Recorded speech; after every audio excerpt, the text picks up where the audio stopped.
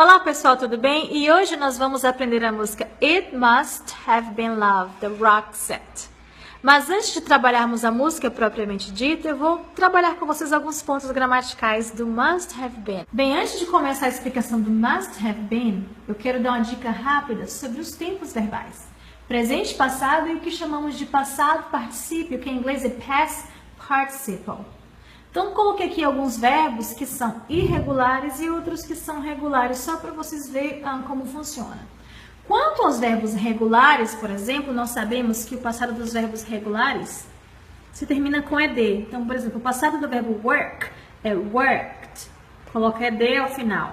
Do verbo play é played, ed ao final. Do verbo study, studied, ed ao final. Para os verbos regulares, coincidentemente, o passado particípio vai ser sempre o mesmo do passado simples. Então, se o passado do verbo work é worked, o passado particípio vai ser worked. Play, played, o passado particípio vai ser played. E por aí vai.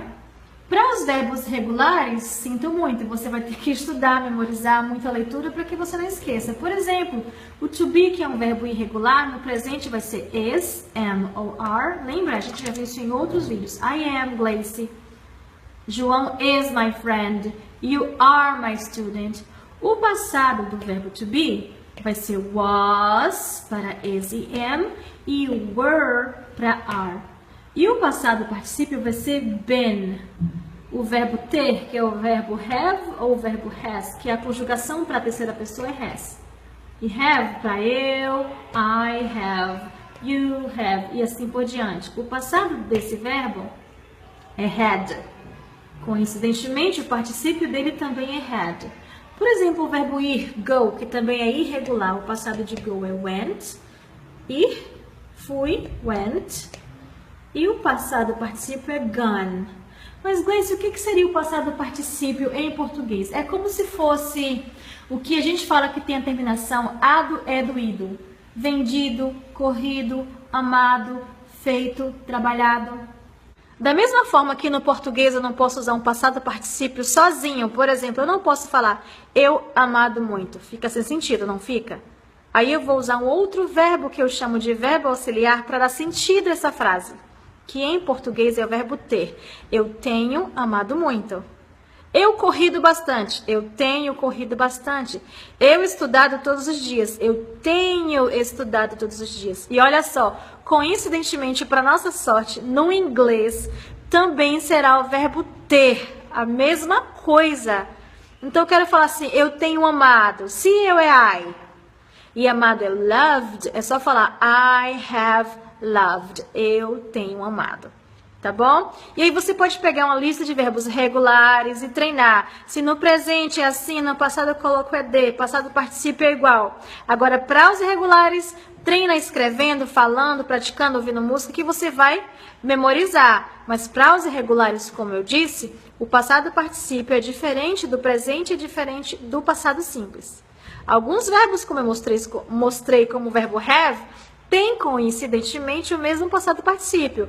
Have e has no presente, had no passado e had no particípio. Mas, no geral, os verbos irregulares têm uma outra forma de passado particípio que, para serem usados coincidentemente, também é o verbo ter, que em inglês é have.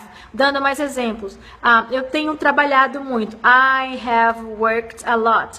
Eu tenho dançado todas as noites. I have danced every night. E por aí vai.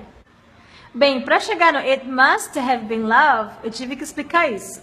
Bem, o must significa deve. Em qual sentido? Por exemplo, must expresses an opinion based on information. O que isso quer dizer? Que o must vai expressar uma opinião baseada em informações que você já conhece. Deixa eu dar um exemplo. Faz de conta que você estava no lugar e sua amiga saiu daqui chorando. Você sabe que ela estava em conflito de relacionamento com o namorado e que eles andavam brigando. Aí você fala, deve ter sido o namorado. Você falou isso com base em informação que você tinha, que eles andavam brigando muito. Então, qualquer coisa em inglês que você fala assim, deve ter sido isso, é por causa de uma informação que você já tem previamente, Ou seja, é como se você tivesse uma certeza, tá? Você vai usar o must. E para falar de algo que aconteceu no passado, que deve ter sido por causa disso, você vai poder usar must have been, que a tradução literal fica deve ter sido. Entendeu? O nome da música é It Must Have Been Love. Deve ter sido amor. Ah, deve ter sido João. It must have been João. Ah, deve ter sido por causa da briga. It must have been because... Aí você vai explicando. Então, repetindo.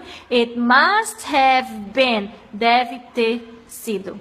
Tá? Been, porque é o passado particípio. Tem um have como auxiliar.